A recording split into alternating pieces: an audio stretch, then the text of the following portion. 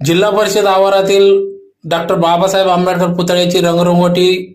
सुशोभीकरण करा। सामाजिक कार्यकर्ता सुरेश लोंढे यांचे चक्री उपोषण। भारतीय घटनेचे शिल्पकार डॉक्टर बाबासाहेब आंबेडकर यांच्या धुळे जिल्हा परिषद कार्यालयात पुतळ्यास रंगरंगोटी आणि दुरुस्ती करून मिळावी यासाठी गेल्या 3 ते 4 वर्षापासून या ठिकाणी दरवर्षी डॉक्टर बाबासाहेब आंबेडकर जयंतीनिमित्त सुरेश लोंढे सामाजिक कार्यकर्ते हे पाठपुरावा करीत असतात, जेणेकरून स्मारक आणि परिसर हा स्वच्छता राहावी व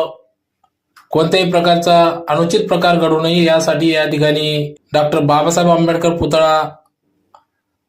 रंगरंगोटी व दुरुस्ती करणे गरजेचे आहे। त्या अनुषंगाने सीओ तथा बांधकाम अधिकारी यांना निवेदन देखील दिले, परंतु याकडे ते दुर्लक्ष करीत असल्याने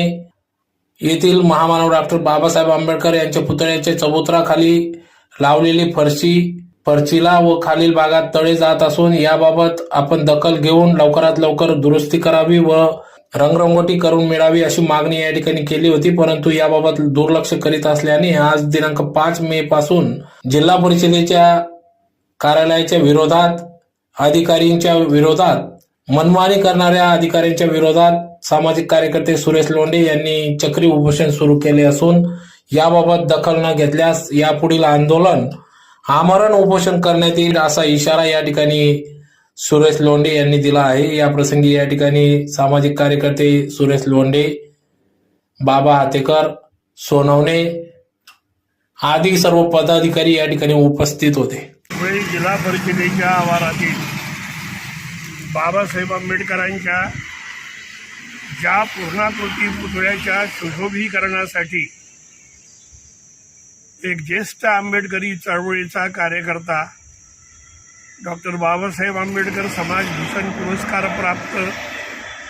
कार्यकर्ता, बौद्ध महासभेचा जिल्ह्याचा प्रमुख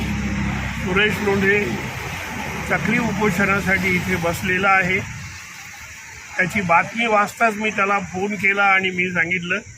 की माझा त्याला पूर्ण पाठिंबा असेल। त्याचं कारण सांगतो, आत्ता वर्ष म्हातारपणामुळे मला आठवत नाही, परंतु ज्या वर्षी त्या पुतळ्याचं अनावरण झालं ते अनावरण आम्ही दोघांनी केलं, म्हणून त्या पुतळ्याच्या कुठल्याही भागात उद्घाटन अनावरणाची तारीख नाही, कार्यक्रमाचा अध्यक्ष नाही, पुतळ्याच्या अनावरणाचं अनावरण कुणी केलं त्या मंत्र्याचं कोणाचं नाव नाही। आम्ही रात्री 12 वाजता 13 आणि 14 एप्रिलच्या मध्यरात्री एक हार घेऊन तिथे आम्ही